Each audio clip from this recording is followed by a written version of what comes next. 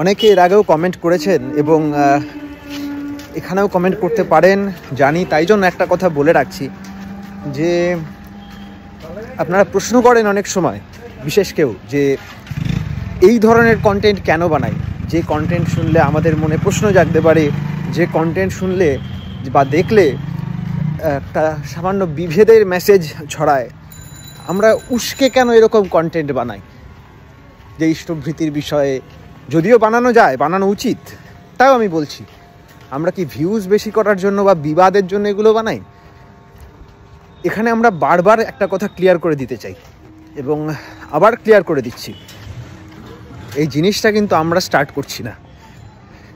আমাদের যেটা মত, আমরা যেটা বুঝি পার্সোনালি, আমরা সেটা করছি আমার মতো, আমার পার্সোনাল লাইফে করছি, তাই না? এটাই তো কারুর হাত নেই। কিন্তু তেমন আজকেও আমরা গেস্ট হিসাবে গেছি এক জায়গায় নিজস্ব কাজ করতে। আমাদের উস্কে জিজ্ঞেস করা হয়েছে যে তোমরা ঠাকুরের কথা বলো, তোমরা ঠাকুরের কাজ করো। হঠাৎ এসে জিজ্ঞেস করছে তুমি কোথায় ইষ্টভৃতি পাঠাও, কেন বলবে? তা বারবার উস্কে যদি আমাদের বলা হয়, এখন আমি বাড়ির দিকে ফিরছি, তা বারবার যদি যেখানেই যাই সেখানে ওরকম গুন্ডার মতো যদি আমাদের উস্কে বলা হয়, আমরা কি আওয়াজ তুলবো না? সে তুলনায় তো আমরা অনেক ভদ্রভাবে বলছি, তাই না? শ্রী শ্রী ঠাকুর যার মিশন, প্রত্যেকের মিশন, শ্রী ঠাকুর বলতেন আমার মিশন হচ্ছে প্রত্যেকের জীবনের মিশন।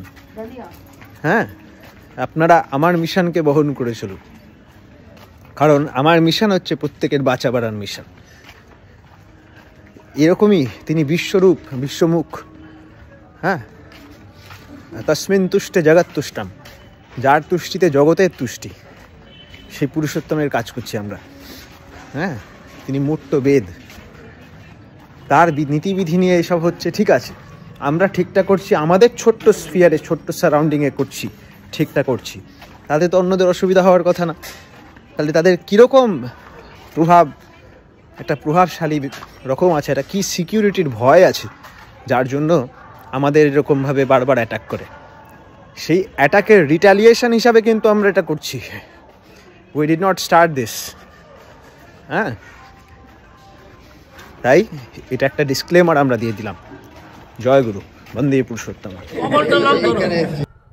কি হলো, কখনটা নাম করো দিনে? জানি না, মেপে করি না, কিছুক্ষণ চেষ্টা করি। উল্টো ধরেছ, এটা এইটা এরকম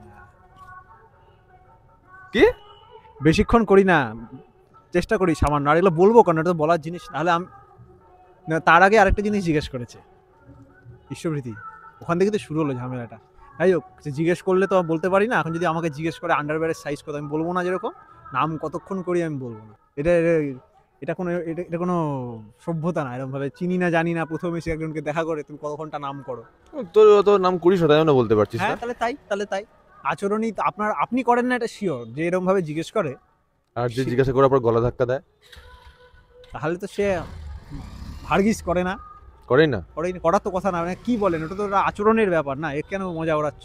না বলছি যে নাম করলে কি আচরণে তার প্রভাব পড়বে, নাকি নাম করলে একটা আধ্যাত্মিক ক্ষমতা কিছু আসবে? আধ্যাত্মিক ক্ষমতা মানে যদি হয় অধি আত্মিকতা, হ্যাঁ, এবং আধ্যাত্মিকতার আরেকটা আছে যে একজনকে ফলো করে চলা।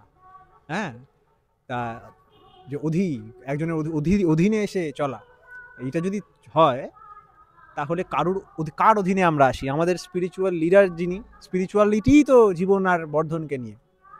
তাহলে শ্রী ঠাকুরকে নিয়ে যদি আমার আধ্যাত্মিকতা হয়, তার আচরণ, তার চলা বলাগুলো তো আমার মধ্যে প্রকাশ পাবে।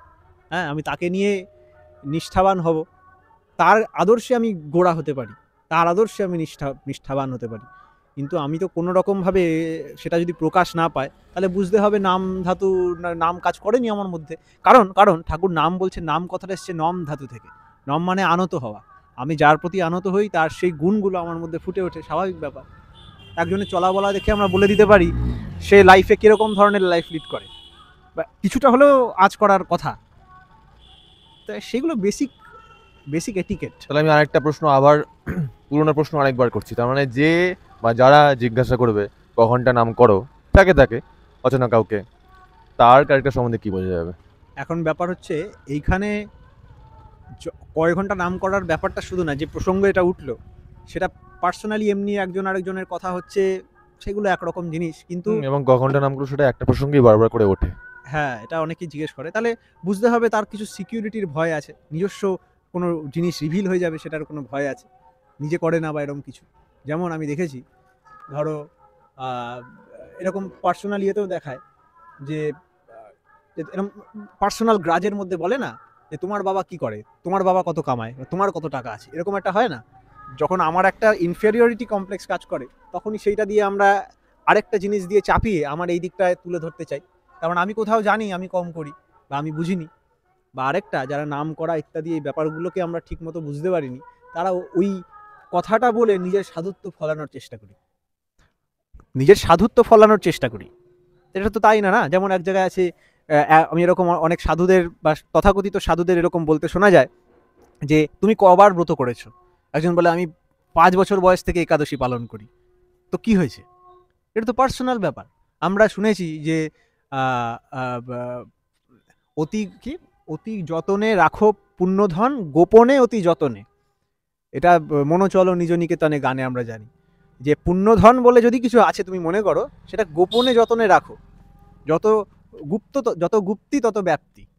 আর যারা সত্যিকারের করে, যারা সত্যিকারের এগুলো করে, আমরা দেখেছি এরকম মানুষ যারা করেন, বলেন, ঠাকুরের কথা বলেন, ঠাকুরের প্রচার করেন, তারা কিন্তু এগুলো মুখে বলেন না এইসব, তারা কিন্তু মুখে এইসব কথা বলেন না বেশি, তাদের মধ্যে থেকে উল্টে আরো রিভিল করতে হয় ব্যাপারগুলোকে, পুশ করে করে বের করতে হয়। আমি অতবার দেখেছি যারা এগুলো মানেন, কিন্তু তারই উল্টো যাদের মধ্যে সেই নাম ধ্যান করার বিন্দুমাত্র চিহ্ন আমরা দেখি না, তারাই দেখেছি বেশি বাজায়। ঠাকুর বলছে ইষ্ট এক এবং অদ্বিতীয়, একমেবা দ্বিতীয়ম শরণম। আর আপনারা নাম ধরো, এই ভগবানের নাম ধরো, তুমি সেটা তো সব কথা বলি, ভগবানের নাম ধরো। ঠাকুরকে আমি দেখেছি, তুমি দেখেছো ঠাকুরকে? আমিও ঠাকুরকে দেখেছি, আমিও ঠাকুরকে দেখেছি। ঠাকুরকে দেখেছো?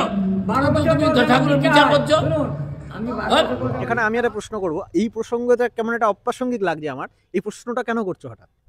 আজকের ঘটনা থেকে, আজকের ঘটনাটা কনটেক্সটে, আর শুধু কি আজকের ঘটনা না, শুধু আজকের ঘটনা না, যখনই কারোর সঙ্গে এই বিষয়ে আলোচনা হয় এবং আলোচনা হতে হতে যখন আবেগ তো জড়িত সাধারণ মানুষের, আমারও যার সঙ্গে আলোচনা হচ্ছে তারও, আলোচনাটা তর্কের পর্যায়ে চলে যায়, আমারও যায়, তখনই সে যদি আমার চেনা জানা লোক হয়, তাহলে কি হয়, সে জানে আমি কোনো একটা কাজে অপটু, তখন সে সেই প্রসঙ্গটা টেনে আনে। ঠাকুর বলেছেন অমুক সময় অমুক কাজটা করতে, করো, ভোরবেলা ওঠো না কেন, এই যাচ্ছে এই কথাটাই যে সে তো প্রথম কথা সে আমাকে চেনে, কিন্তু সে জানে না আমি কটায় ঘুম থেকে উঠি। এটা আবার সেই নামধানের প্রসঙ্গ চলে গেল, যে আমার জীবন চলনা থেকে বোঝা যাবে আমি ভোরবেলা উঠি কিনা।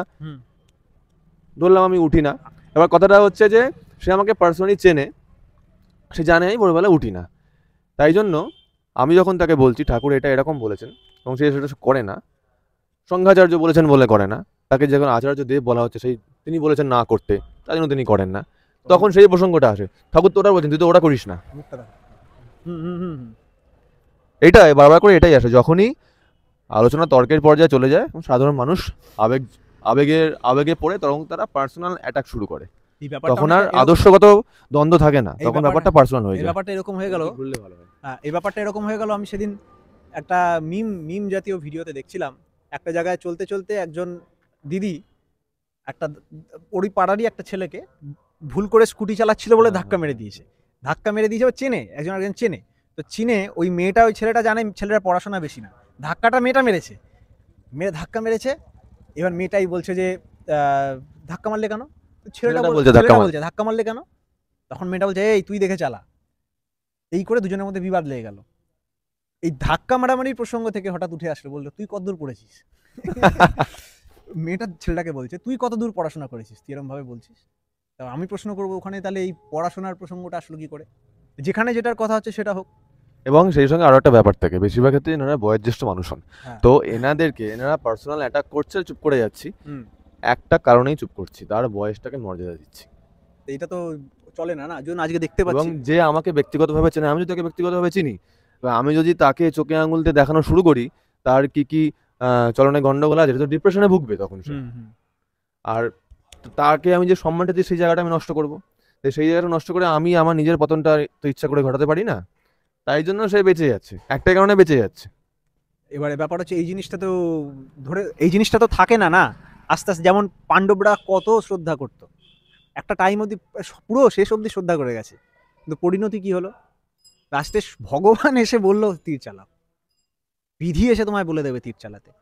কত দেখেছি জ্যাঠামশাই কাকু এনাদের মধ্যে কত শ্রদ্ধা ইত্যাদি সবই সব ঠিক হলো, ঠিক আছে, এবং এইটা যখন জমি ব্যাপার চলে আসে তখন কিন্তু এই যে যখন বিধি যখন জীবন ধারণের পর্যায়ে চলে আসে তখন কিন্তু সব শ্রদ্ধা টদ্ধা সব যায়। হ্যাঁ, এবং শুধু তর্কের কথা বলছে, আলোচনা বা তর্কের কথা বলছে, আলোচনা তর্কের কথাটা একরকম জায়গায় থাকে, তার থেকেও বেশি কেউ কিছু ফেস করে থাকতে পারে, হয়তো তুই কিছু ফেস করেছিস, যখন সেই জায়গায় চলে যায় তারপর যদি রিটেলিয়েট করা হয় সেখান থেকে, তো সেটা কিন্তু সেই আবার একটা যুদ্ধ হয়ে গেল। হ্যাঁ, এই তো হচ্ছে সব জায়গায় আজকালকার ছেলে বা ইয়ং যারা ইউথরা কৃষ্টিচ্যুত হয়ে যাচ্ছে, কেন হচ্ছে? এই জন্য, এটা বিশাল কারণ, তাদের ঠিক আনসার দেওয়া হচ্ছে না। দেখো, তর্ক এক জিনিস, যুক্তি আরেকটা জিনিস। যুক্তি মেনে তর্কটাই তর্ক। হ্যাঁ, এবার ঠাকুরকে বলা হয়েছিল না তো, বিশ্বাসে মিলায় বস্তু তর্কে বহুদূর, ঠাকুর ওর মধ্যে এডিট করে দিয়েছেন। ঠাকুর বলেছেন হ্যাঁ, কিন্তু যুক্তিতে নয়, কিন্তু মানে তর্কে বহুদূর হতে পারে, হ্যাঁ, তর্ক করে পৌঁছানো যায় না, কিন্তু যুক্তিকে বাদ দিতে বলছেন না কিন্তু, কারণ যুক্তি মানেই যা যোগ আনে, যোগ ঘটায়। একটা কথার মধ্যে বলি, এই যে বড় বড় জ্ঞানের কথা বা যাই আমরা আলোচনা করছি, এখানে দুটো জিনিস আপনারা লক্ষ্য করতে পারেন। একটা জিনিস হচ্ছে যে আমরা শ্রী ঠাকুরের কনটেক্সট ছাড়া কিছু বলছি না, আর শ্রী ঠাকুরের কাছে অথরিটি আছে সমস্ত শাস্ত্রের বা পূর্বপুরুষদের যা সঠিক বলে আমরা জানি, ধর্মশাস্ত্র যাকে বলে, সব কিছুর অথরিটি আছে শ্রী ঠাকুরের কাছে, তাই না? তেমন আমাদের অথরিটি আছে শ্রী ঠাকুরের কাছে, তাই আমরা পুরো ঠাকুরের কথা বলছি, আর কোনো রকম ভেজাল দিচ্ছি না। আর একটা জিনিস, সেটা হচ্ছে যুক্তি। আমরা অযৌক্তিক কিছু বলছি, আপনি পয়েন্ট করে দেখাতে পারবেন? আজ অব্দি কোনোদিন পয়েন্ট করে অযৌক্তিক বলে তো কিছু তুলে ধরেনি। একটাই কথা, যে ঠাকুর বড়দাকে আচার্য রূপে মনোনীত করে গেছেন, ঠাকুর বড়দাকে আচার্য স্থানে ঠাকুর বসিয়ে দিয়ে গেছেন বড়দাকে, ঠাকুর বসিয়ে দিয়ে গেছেন। হ্যাঁ, ঠাকুর নিজেই বসিয়ে দিচ্ছেন, ওই নিয়েই তো তোমাদের বিরোধ হয়েছে। কোথায় বসিয়ে দিয়ে? ওই নিয়েই বিরোধ করেছে, ঠাকুরের কথা শুনোনি? ঠাকুর কোথায় বসিয়ে দিয়ে গেছে? ঠাকুর তাকে আচার্য পদে বসিয়েছেন, প্রমাণ সেই তাকে তোমরা মানছো নি। কোথায় বসিয়ে দিয়ে গেছে? কথা বলছে আচার্য, এর পর পরম্পরা যে আচার্য হবে তার বড় ছেলেরা হবে। আপনি দেখেছিলেন ঠাকুরকে? আপনাকে দেখিয়ে গেছেন? আপনি দেখেছেন বসাতে? সব বইয়ে লেখা আছে। কোন বইতে? আলোচনা প্রসঙ্গে পড়ছো? সবকটা পড়া আছে, 22 খণ্ড। কত নম্বর খণ্ডে আছে বলেন? আমার কাছে বইয়ের পাশে 5টা ছবি না রাখলে আপনাদের হয় না। সেখানে তারা উপরে তারা যেমন করবে সেভাবে শুনতে হবে তো। না, তারা আপনার আলোচনা প্রসঙ্গে যে ঠাকুর বড় মা ঠান্ডা মাথায় শোনেন। আলোচনা প্রসঙ্গে কত নম্বর খণ্ডে আছে ঠাকুর বড়দাকে আচার্য পদে বসিয়ে দিয়ে গেছে? কথা বলছি, আলোচনা প্রসঙ্গের প্রথম খণ্ড আছে না, আপনি তো আলোচনা প্রসঙ্গের কথা বলছেন, প্রথম খণ্ডের লেখাই চেঞ্জ করে দিয়ে গেছে আপনার পূজনীয় বড়দা। কোনো কিছু চেঞ্জ হয়? আমার কাছে দুটো কপি আছে, একটা পুরনো আছে, নতুন আছে। কোনো চেঞ্জ হয়নি, ঠাকুর যেমন বলছেন সেইরকম ভাবে আছে। একদম নেই। একদিকে বলতে হবে উত্তর, কেন মানবো না? বড়দা ততটুকুই মানবো যতটুকু ঠাকুরের সাথে মিলবে, তাই তো? ঠাকুরকে তাই তো বলেছেন না? আমি আমার বাবা মাকেও মানি, কিন্তু বাবা মার সেগুলো মানবো তো যেটা বাবা মা যদি আমিষ খায়। ঠাকুর বলছেন সেই জন্য কি দায়িত্ব দিয়ে গেছে? ঠাকুর বলেছেন আমার টাকা এক এপিটার ওপি। এটা কোথায় বলেছেন? আলোচনা পত্রিকা আমার বই ঘেটে ঘেটে পড়া আছে, আমি একা না, সবাই বোকা। ঠাকুরের তো বলাই আছে, কোথায় বলা আছে সেটা তো বলবেন। আলোচনা পত্রিকা আমার কাছে আলোচনা পত্রিকা সব আছে। আপনি এই কদিন আমরা তো আগে থাকতে আমরা জন্ম থেকে আলোচনা পত্রিকা তো একটা বই, সেটা যে কেউ পেতে পারে, সেটা সব বই। তার জন্ম কবে তা দিয়ে তো কিছু হবে না। ঠাকুরের বলা আছে যে আপনার আমি বড় খবর দায়িত্ব দিয়ে গেলাম, সমস্ত তার সঙ্গ চালন করা ই করা সমস্ত দায়িত্ব। আমি পরে এসেছি মানেই যে আমি বোকা তা তো না, আমি বাদ দেন ঠাকুরের ছোট ছেলে কাজল দা বা আরো যারা আছে সবাই ঠাকুরের অধিকার বলা যে আন্দোলন হয়ে গেছে, ওটা খামখা চলে গেছে। খামখা যায়নি, এটা আপনি যদি তর্কের মধ্যে কোনো মীমাংসা হবে। বইটা তো দেখাতে হবে আমাকে, বইটা বলুন কত নম্বর পেজ, কি বই। আমার বাবা ঋত্বিক ছিলেন, সবই জানেন, সবই করেন। আর ওই যে সেই কিরণ মুখার্জিগুলো যে বেঁচে আছে কিনা আমি জানিনি, ওরাই তো খামখা বেরিয়ে গেল। ঠাকুর বলেছেন খামখা বেরিয়ে গেছে? ঠাকুর বলেছেন খামখা বেরিয়ে গেছে? আমরা জানলাম কি করে? আপনাকে বলেছে? আমাকে বলে। তাহলে কোথায় জানলেন? আপনি কোত্থেকে জানলেন? ও ভাই বুক বইয়ের মাধ্যমে। কি বই সেটা তো আপনি বলতে পারছেন না, কোন বই জিনিসটা বুঝতে পারছি না। আমরা ঠাকুরের যা বইগুলো পড়েছি, আমাদের একটা জায়গায় এসছি, প্রথম এসেই জিজ্ঞেস করছে তোমার ইষ্টবিধি কোথায় পাঠাও। কি ভেবে জিজ্ঞেস করলো আমাদের? মানে কিভাবে আমরা কি মানে কোনো ফেমাস? প্রথম কথাটা কিন্তু অন্য ছিল, যখন সে সন্দেহ করেছে যে আমরা এই অর্গানাইজেশনের নই। এই যে মন্দিরটা দেখতে পাচ্ছেন এখন, এই ঠিক মন্দির আছে, আমরা কিন্তু যাদের মন্দিরে আসিনি, আমরা মন্দিরে আসি সেটা জানি, আমরা একটা বিয়ে বাড়িতে এসেছি। মানে ঠাকুরের দীক্ষা নিয়েছো, ইষ্টবিদি তো কি করো, জানো তো ইষ্টবিদির ব্যাপারে নাকি, মানে এরকম একটা ব্যাপার। আরে ভাই কি তোমাদের অর্গানাইজেশন যে আছে সেটা একটু জানে না ইষ্টবিদির ব্যাপারে, তার মানে ও ওইটাই, সেটাই তো না, ওরা জানে ওইটাই সত্য, ওরা জানে ওটাই সত্যটা ছাড়া আর কোনো রকম সত্য না। কি করেছে আমি, যখন তিনি জানতে পারলেন যে যখন আমরা তার অর্গানাইজেশনের নই, তখন তিনি প্রথম প্রশ্নটা করলেন ইষ্টবিদি করো। এটা একটা এর ফলটা কি হয় জানো তো, আমাদের যে ফ্যামিলি আছে এইভাবেই এটা এদের জিত হয়। জিত বলতে সাময়িক জিত হয়, যে আমাদের যে ফ্যামিলি আছে, এবার ফ্যামিলি সামনে চলে আসে আমাদের সিকিউরিটির ভয়তে, এসে তখন বলতে থাকে যে তোমাদের সিকিউরিটির প্রবলেম হয়ে যাচ্ছে, তোমরা সরে যাও, কেন পাকামি করছো, স্পষ্ট করে দেখিয়ে দিচ্ছি, দেখো এই পেজ, এই লাইন, তখন বলছেন যে কিন্তু এরকম কি শ্রী ঠাকুর বলে গেছেন যে এটাই করতে হবে, এটা ছাড়া অন্য কিছু করা যাবে না? এটা ওনাদের বলা দেখেই বোঝা যায় যে ওনারা জানেন কিছুটা চাপা দিচ্ছেন। শ্রী ঠাকুর বলেছেন নিজে বাণীতে যে এমন কোনো দিন থাকবে না, এমন কোনো সত্য থাকবে না যা লুক্কায়িত থাকবে চিরকাল, সমস্ত কিছু ফুটে বেরোবে। বিশেষ করে সেটা যখন ঠাকুরের আইডিওলজি রিলেটেড হয় বা ঠাকুরের জীবন রিলেটেড হয়। আমাদের এই কন্টেন্ট যখন একজন সাধারণ মানুষ দেখবে, বা যে নতুন দীক্ষা নিয়েছে এরকম কোনো মানুষ যখন দেখবে, তখন তো সে কনফিউজ হয়ে যাবে এবং সে এটাকে একটা মানে জীবনে অনেক ঝামেলা, একটা ঝামেলা বাড়াবো না বলে পুরোপুরি ঈশ্বরভীতি ব্যাপারটাকে বা দীক্ষা ব্যাপারটাকে এড়িয়ে চলতে চাইবে না। এখন সেটা তো ঠিক কথা, যেমন তুমি যদি বলো পলিটিক্যাল ফাইটের কথা, যদি বলো এদিকটা সাবধান, হ্যাঁ, পলিটিক্যাল ফাইটের ব্যাপারটা যদি বলো, যেমন মায়েরা বলে, ছেলেরা বলে যে ইউনিয়ন যেন জয়েন না করে ছেলে, হ্যাঁ, যেন এইসব ঝামেলার মধ্যে না পড়ে, সবাই চায় যে আমার চেয়ে পার্টিতে যাবে না, এটা খুব বাজে জিনিস। দেশটা চালাবে কি? চালাবে তো পার্টি ছাড়া তো দেশ চলবে না। এটা খুবই একটা খুবই কমন, আরো নিম্ন স্তরের এক্সাম্পল দিলাম, এইটাই এখানে আরো শতাধিক গুণে দেখো, ভাবো এটা এমন একটা জায়গা, আজকে যে রামচন্দ্রের, প্রভু রামের মন্দির হলো, এই শ্রীরাম যখন অনেক হাজার বছরের রাজত্ব করার পর নাকি বলছেন ভূয়ো ভূয়ো ভূয়ো ভূয়ো রাজা, এরকম করে বলেছিল যে আমার পরবর্তীকালে যারা রাজারা আসবেন তাদেরকে আমি একটা কথা বলে রাখি, আর কিছু করো না করো, আর কিছু ঠিক রাখতে না পারো, ধর্মেতে যেন গ্লানি না আসে। এটা এমন একটা জিনিস যে জিনিসটা মানুষকে বেঁধে রাখে। এখন এইটা শুনলেও অনেক একটা ইনকমপ্লিট ধারণা আমাদের হয় যে এর মানে এই যে পুজো পাঠ, এই যে উৎসব, এগুলো বেঁধে রাখে, এটা কিন্তু না। অ্যাকচুয়ালি মানুষের মধ্যে যে একটা নর্মাল এথিক্স আছে, ঠান্ডা মাথায় বিচার করো যে বেসিক এথিক্স, কোনটা ঠিক কোনটা ভুল, খারাপ করলে শাস্তি পাবো, এটা কিন্তু মানুষের বানানো নিয়ম না, এটা প্রাকৃতিক বিধি। ওই প্রাকৃতিক বিধি তার এক্সাম্পলের মাধ্যমে আমাদের মাথায় গেঁথে দিয়েছে সত্যটা, যে এইটা করলে এইটা হয়, তাই হবে। তেমনই যখন আমরা এই প্রাকৃতিক বিধিটা ভুলে যাব, এটা অনেকটা এরকম হবে যে এক জায়গায় আগুন আছে, বাচ্চারা খেলাধুলা করছে, আগুনটা ছিল, বাবা মারা বলে গেছেন আগুনটা না ঘাটতে, বাচ্চারা খেলা করতে করতে একদিন বাবা মাদের শিক্ষাটা ভুলে গেল, ভুলে আগুনে ঝাঁপ দিল, সব মরে গেল। তো এখন ব্যাপার হচ্ছে ঠিক এটা ওরকমই একটা রিপিটেশন অফ হিস্ট্রি হয় যায়, যে ওই খারাপগুলো যেগুলো আমরা জানতাম সেগুলোর ব্যাপারে আমাকে সাবধান করা হয় না, আর যেটা ঠিক, যেটা কৃষ্টি, সে কৃষ্টিটা হারিয়ে যায়। আর ধর্ম ব্যাপারটা ওরকম, এই রিলিজিয়ান ব্যাপার এখানে শুধু নেই, ধর্ম অ্যাজ ইট ইজ, ধর্ম জিনিসটা রিলিজিয়ানের মাধ্যমে বেঁচে থাকে। রিলিজিয়ান মানে কোনো একটা আদর্শকে জীবনের কেন্দ্র বানানো, এই জিনিসটার মধ্যে রিগার্ড, আবার অ্যাটাচ হওয়া বা দ্বিজ, আরেকবার জন্মানো, তো এই পদ্ধতির মাধ্যমে আমরা বেঁচে থাকি। এত কিছু ফিনিয়ে বলছি এই জন্য যে এই যে বেঁচে থাকার পথ, এই যে ধর্মকে বাঁচিয়ে রাখা, যে রামচন্দ্র তো বোকা না, এত বছর এত কিছু করার পর বলে গেল, এই যে ধর্মকে বাঁচিয়ে রাখা, সেই ধর্মটা হচ্ছে কয়েকটা আচার ব্যবহার, কয়েকটা মোরাল, কয়েকটা থট, কয়েকটা জীবনশৈলী, যে জিনিসগুলো ছাড়া আমাদের বেঁচে থাকা কিন্তু হার্মের দিকে চলে যাবে। আর সেগুলো এক একটা পুরুষোত্তমের লাইফকে দেখে দেখে আমরা বুঝি। আরেক জায়গায় একজন শঙ্করাচার্য রিসেন্টলি বলছিলেন যে পুরুষোত্তম বারবার আসেন কেন? পুরুষোত্তম বারবার আসেন, একজন বলছে রাবণকে মারার জন্য রাম এসছে, যে কংসকে মারার জন্য কৃষ্ণ এসছে, মহাভারতে কমপ্লিট করার জন্য কৃষ্ণ এসছে।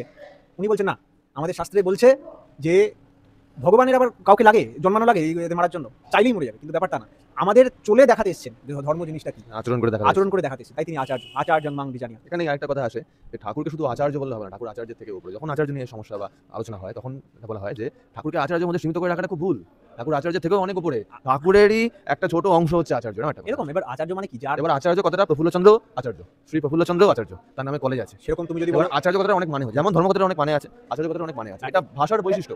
এইভাবে তুমি যদি বলো ভগবান, হ্যাঁ ভগবান কিন্তু যে কোনো ভজনমান মানুষকে বলা হয়, এটা ব্যাসদেবকে ভগবান বলা হয়, কিন্তু শ্রীকৃষ্ণকে ভগবান বলা হয়, কিন্তু শ্রীকৃষ্ণের সঙ্গে ব্যাসদেবের তুলনা হয়। হ্যাঁ, ওই জন্য ওই জায়গাটা আছে না একটা কথা যে কৃষ্ণস্তু ভগবান স্বয়ং, ওই যে মানে ওই একটা আলাদা সুপারলেটিভ টার্ম ইউজ করা হয়। যেমন নিজের বাবাকে বলে my father is the best father in the world, সবাই বলতে পারে। হ্যাঁ, কিন্তু ওই যে বড় বড় ঋষিদের বেদ বাক্য যেটা বলে ওর মধ্যে দিয়ে যেটা ঈশ্বরস্ব সমগ্রস্ব করে যে ওই জন্য একটা টার্ম আছে, যে টার্মটা ডুপ্লিকেট হয় না, ওই টার্মটা যে পুরুষোত্তম। পরমহংস অনেক হতে পারে, তার মানে যে রামকৃষ্ণদেব পরমহংসতে সীমিত তা না, কিন্তু তিনি পুরুষোত্তম। ঠাকুরকে বলা হয়েছিল ঠাকুর পরমহংসদেব পুরুষোত্তম, মানে Ramakrishnadev Purushottam, fulfiller the best. Thakur এই সাবজেক্টটাকেও ফুলফিল করে। কখনো জিজ্ঞাসা করেনি ঠাকুর আপনার বড় ছেলে, তার বড় ছেলে, তার বড় ছেলে এনারা কি পুরুষোত্তম হবেন? জিজ্ঞাসা সেটা অবশ্যই এটা বলতে হয়নি ঠাকুরকে। এটা নিয়ে অনেক, তুমি যদি পথের করি না বলে পথ নির্দেশ বইটা, ওর কন্টেন্টের আগে একটা আলোচনা আছে, দেখবে আপনি চলে গেলে কাকে কিলো কেন্দ্র করে চলবে, ডিটেলসে আলোচনা আছে। আলোচনা পত্রিকাতেও বেরিয়েছিল, ওখানে বলেছিল যে আপনার সন্তান সন্ততিদের মধ্যে এরকম কেন্দ্র ইত্যাদি ইত্যাদি সব ডিটেলস ওখানে আলোচনা করা আছে। ওখানে তুমি দিয়েও দিতে পারো ওইটার স্ক্রিনশট। ওখানে ঠাকুরকে বলেছে যে তারা যদি তাদের নিজেদের মধ্যে মারপিট হয়, তখন ঠাকুর বলছেন যারা এরকম নিজের দাবি করে, নিজের পজিশন দাবি ব্যাপার চলে আসে, আমাকে স্থলাভিষিক্ত করা, এই স্থলাভিষিক্ত হয় না, তার পুরুষোত্তমে স্থলাভিষিক্ত হয় না, তার পাশাপাশি কিছু হয় না। ঠাকুরের পাশে ওরকমভাবে বড় মাও নেই, এটা বড় মা নিজে বলেছেন। যেমন শ্রী ঠাকুর নিজে বলেছেন যে আমার রামকৃষ্ণদেব কৃষ্ণ, আমি তোমাদের দাস, আমি তো ভক্ত। আবার তিনি আবার ভাববাণীতে আলাদাভাবে বলেছেন যে আমি কে, আমি সব। আবার তিনি অনেক জায়গায় বহুবার বলেছেন আমার জীবনী মানুষের মিশন। ওখানে কিন্তু বোঝা যায় কোনখানে কতটা ইম্পর্টেন্স নিয়ে কি বলা হচ্ছে। মা যদি বলে ছেলেকে মরে যা, তার মানে ওই মরে যা, আর সে একটা শয়তানকে বলছে মরে যা, সে দুটো তফাৎ আছে, সেটা আমরা বুঝতে পারি। আমরা এখানে ওই তথ্যের ছবিগুলো আমরা এখানে দিচ্ছি, আপনার ভিডিওটাকে পজ করে ওগুলো পড়ে নিতে পারবেন। তাই কনক্লুড করার বিষয়ে একটা খুব সিম্পল, যে আমরা অনেক বুদ্ধি লাগাই নিজের পাত্রপাত্রী বিচার করার বেলায়, আমরা অনেক বুদ্ধি লাগাই ফোন কেনার সময় ইত্যাদি, এইসব ব্যাপারে অনেক জমি কেনার সময় অনেক বুদ্ধি লাগাই, কিন্তু আমরা যখন জীবনের পরম পুরুষকে অনুসরণ করার কথা বলি সেখানে আর বুদ্ধি লাগাই না। যে কনটেক্সটে বলছিলাম ধর্মকে বাঁচিয়ে রাখার কথা বলছিল রামচন্দ্র, তো এই ধর্মকে বাঁচিয়ে রাখা মানে ওই আদর্শের নীতিবিধিগুলোকে বাঁচিয়ে রাখা অ্যাজ ইট ইজ ভাবে। যেদিন ওটা ধরে রাখার মতো মানুষ বেঁচে থাকে না, সেদিন তাকে আবার আসতে হয়। তাই বিশাল পরিবর্তন দরকার হয়, তখন তিনি আসেন। সেই সময় কৃষ্ণের সময় যেরকম হয়েছিল, আমি বলেছিলেন নবজাগরণের দরকার, ওইটার জন্য আমাকে আসা। ঠিক তেমনই পুরুষোত্তমের নীতিবিধিগুলোকে অ্যাটলিস্ট আমাদের ধরে রাখতে হবে। আর ওখানেই ক্ল্যাশ, এখানে ক্ল্যাশ না, এখানে খোঁচানো। কেউ যদি জানতে ইচ্ছা হয় সে হিস্ট্রি নিয়ে পড়াশোনা করুক, খুঁজুক ঠাকুরের হিস্ট্রিটা। আমাদের কে ডেকেছে? কেউ ডাকেনি। যারা সত্যের পথে আসছে, যারা এই জিনিসগুলো জানতে পারছে, তারা কিন্তু ডেকে আনা হচ্ছে না। এক জায়গায় বলা যেমন মাথা খারাপ করে দাও, মাথা খারাপ করা হচ্ছে না, আমরা খুঁজে আসছি। বলো না, আমরা সেদিন উৎসবে গেলাম, কত জায়গার থেকে লোক এসেছিল, তাই না? আমরা ডেকে আনা নেই, আমাদের খুঁজে বের করতে হয়। ঠাকুরকে বলেছিলেন, ঠাকুরকে সমস্ত কিছু নিয়ে করে দীক্ষা টিক্ষা নিয়ে ইউজিন এক্সম্যান, হারপার্স অ্যান্ড কলিন্সের ভাইস প্রেসিডেন্ট, বলছিলেন যে হারপার অ্যান্ড ব্রাদার্স, বলছিলেন যে প্রফেটস কোথায় পাওয়া যায় ঠাকুর? ঠাকুর বলছেন prophets are not available in business shops. মানে বিজনেস শপস মানে ওই ধরনের স্পিরিচুয়াল অর্গানাইজেশনের কথা বলছিলেন। Seek, find him out. Shri Thakur নানা প্রসঙ্গে শেষ খণ্ডে বলেছেন, যেদিন আমার যা বলা, আমার যে মিশনে এক্স্যাক্টলি মনে পড়ছে না, তুমি একটু দেখিয়ে দিও এখানে স্ক্রিনশটটা দেখিয়ে দাও, যে ওগুলো যখন আলটিমেট ওগুলোর প্রতিষ্ঠা না করে যখন সবাই আত্মপ্রতিষ্ঠা করবে, নিজেকে আমার পাশে রাখবে বা এই ধরনের ব্যাপার, ওটাই বলা হয়েছে করা হবে, তখন এইটি একটি সৎসঙ্গ বা এই জিনিসটা একটি ছোট্ট একটা সাংগঠনিক কেন্দ্র ছাড়া আর কিছু রইবে না। তো সেটা তো আমরা মিলিয়ে দেখছি। আমাদের তো ওইটুকু বুদ্ধি হয়েছে, আর আমাদের বুদ্ধি হোক না হোক, এটা স্বাভাবিক কমন সেন্স। আপনাদের যদি কোনো রকম ডাউট থাকতো আমাদের সত্যতা নিয়ে, আপনারা দাবাতেন না, চাপাতেন না। যেখানেই সত্য উদ্ঘাটনের ভয়, সেখানেই চাপাচাপি। সামনে আসুন, লাইভে আসুন, ওপেন ডিসকাশন করুন। ভয় কিসের? ওপেন ডিসকাশন করবে না কেউ, তার মানে ভয়। কিন্তু ওপেন তো স্বাভাবিক কথা। আমাদের কথা ছেড়ে দিন, আমাদের বাদ দেন, আরও কত আছে, কত জাননেওয়ালা লোক আছে। আপনি আপনাদের চয়েস অনুযায়ী একজনকে বলেন, আমরা আমাদের চয়েস অনুযায়ী একজনকে বলছি। আপনারা ওপেন আসুন, কথা বলুন। আপনারা এগুলো তো করবেন না, কি করেন? পেজ ব্লক করে দেওয়া, থ্রেড দেওয়া, ধাক্কা মারা, মন্দিরে ঢুকতে না। মন্দির কেন, মেন ও আশ্রমেই ঢুকতে দেয় না, মন্দির তো তাও বাদ দিলাম। জোরে বলো, মন্দির তো হয়নি ওখানে। তাই এগুলো তো মানা যায় না। এগুলোই আরো ধরিয়ে দেয় কোনটা সত্য কোনটা মিথ্যা। এই যে ভিডিওটা আমরা করছি, এটার জন্য আমরা ভালো রকম বকা টকা খেতে পারি, অনেক কিছু হয়, বাড়ি থেকে ভয় পায় ইত্যাদি হয়। এগুলো তো এইভাবে কজনকে থামাবেন আপনারা, তাই না? কজনকে থামাবেন?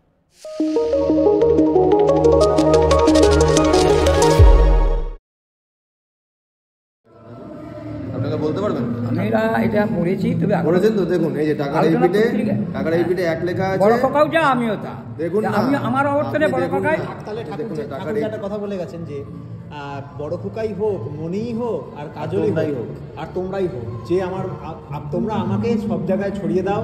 আমার টোটো ফলো আপ করে ঠাকুরের যে বাণী, ঠাকুরের সমস্ত যে টোটো ফলো আপ করছে তাকেই মানা, না তার ছেলেই যে ডাক্তারের ছেলে যে ডাক্তার মানে নেই, মানেই তো নিশ্চয়ই না। তাহলে তাকে টোটো ফলো করতে হবে, ফলো আপ করতে হবে। ফলো করছে আপনার দেখতে হবে পাশে ছবি বসে দিয়ে এটা ফলো হলো, তার পাশে বসে বললাম দেখুন না, বর্দার নাম ঠিক আছে, বর্দার নাম বর্দা ছিল, পরে ফট করে পিতৃদেব হয়ে গেল, শ্রী শ্রী লেগে গেল, প্রফুল্লদা যারা এত জানে তাদের তারা চলে যেতে হলো তাদের, তাই না? এগুলো ঠিক হয় না। আমরাও জানি না, প্রফুল্লদাও জানে না। আমি পূজনীয় ভাবে তার সঙ্গে থাকতাম গো। তার এখন অ্যাভয়েড হলেন কেন? কিন্তু এখন তো কিছু দেখছেন নাকি? হ্যাঁ, তার মধ্যে অন্যরকম ভাব দেখছেন কিছু নাকি? আমি তো দেখতে পাচ্ছি টাকা ডেবিট এক নয়। আপনি জানেন খবরে আছে, দেখেন আমাদের দুজনকে বের করে দিই, ঢুকতে দিত না ভয়। ফেসবুক খুঁজে দেখেন, ঠাকুরের সামনে দেখুন না, টাকার এপিটে এক লেখা আর এপিটে অশোক স্তম্ভের খোদাই করা, দুটো পিঠ তো এক হলো না। আমি এক কি করে মানবো? টাকার এপিট ওপিট, এপিট আসলে ওপিট আসলে, হেড আসলে টেল আসে না, টেল আসলে হেড আসে না। আমি কি করে বই আলোচনা করেছি, ঠাকুরকে বলা হয়েছিল যে বড় খবর কি করে আছে, উনি যা আমিও তার আবার অবর্তনে সঙ্গ পরিচালনা করবি। যদি আবারও বলা আছে যে আমার এখানে একটা ভালো কথা বললেন, সংঘ পরিচালনা করবে বলছেন তো, সংঘ পরিচালনা তো সেক্রেটারিও করে, সেটা আমাদের অসুবিধা নেই। সে তো যেমন সংগঠন চালাতে ভাইস সেক্রেটারি। এবার আপনি বলুন, সংঘ পরিচালনার সাথে আমি ঠাকুরের দীক্ষার সাথে তার মন্ত্র আচার্যং প্রবড়ং নৌমি, এগুলো কে ঢোকানোর অধিকার কে দিয়েছে আপনি বলেন? দেখুন দাদা, বই পড়ে বই হয়ে যাবেন না। ঠাকুরের দেওয়া মন্ত্র এটা বর্তমানে পাল্টে দিলেন। আমাদের ছিল ইষ্টভৃতির মায়া দিয়ে মুক্তা প্রত্যয়িত, এগুলো ছিল, বর্দা করে দিলেন জীব জগৎ জীবন কারণ করুণাময়। ঠাকুর বললেন ইষ্টভৃতির পরে আমরা তো আগে অনেক প্রার্থনা করতাম, সেই জানি। এবার ঠাকুরের সামনে ছোট হতো, বাকি সব জায়গায় পূর্ণ প্রার্থনা হতো, এটা জানেন তো? সেটা আমি বলতে পারবো, জানি না, ঠাকুরের কাছে ছোটটা হতো, বাকি সেইটা ফলো আপ, সব জায়গায় ফলো আপ ঠাকুরের আন্ডার যে দেখ তর্ক করে লাভ নেই। আপনার যা জানেন ভালো, আমি যেটুকু জানি সেটাই ভালো, যার জেলায় আপনি অবগত। আপনি হয়ে ওঠেন, দেখেন কিরম ভাবে হয়ে উঠতে পারেন, আমরা দেখছি কিরম ভাবে হয়ে উঠতে হ্যাঁ, সেটা ঠিক, সেটা তো নিজের সেটা চলাতেই বলে দেবে, তাই না? কেন আমি ঠাকুরকে নিজের চোখেও দেখেছি, আমার এ থেকে সবসময় এবং ঠাকুরের যা মানে আমরা যতটুকু পারি করে সাধনা আমরা সেধে যাওয়া, আমরা সব বাদ দিচ্ছি, সেটা পারা সম্ভব নয়, সেধে চলছে, এই হচ্ছে কথা। তাকে চোখে দেখা তো ভাগ্যের অবশ্যই বিশাল ভাগ্য, কিন্তু কংসও কিন্তু তাকে দেখেছে চোখে, কংসও কিন্তু কৃষ্ণকে চোখে দেখেছে। তার মানে এই না যে চোখে দেখা মানে সে একেবারে সব। যাই হোক, একদিকে আপনি ঠিক আছে, আপনি খুব শান্ত মাথায় বলছেন, ভালো লাগলো। ওনাকে দেখেন, উনি বহুত রেগে আছে, ঘোড়া টাইপ, ঘোড়া তো হলে হবে না সব জিনিস। নিষ্ঠার হারা গোড়ামি ভয়ানক জিনিস।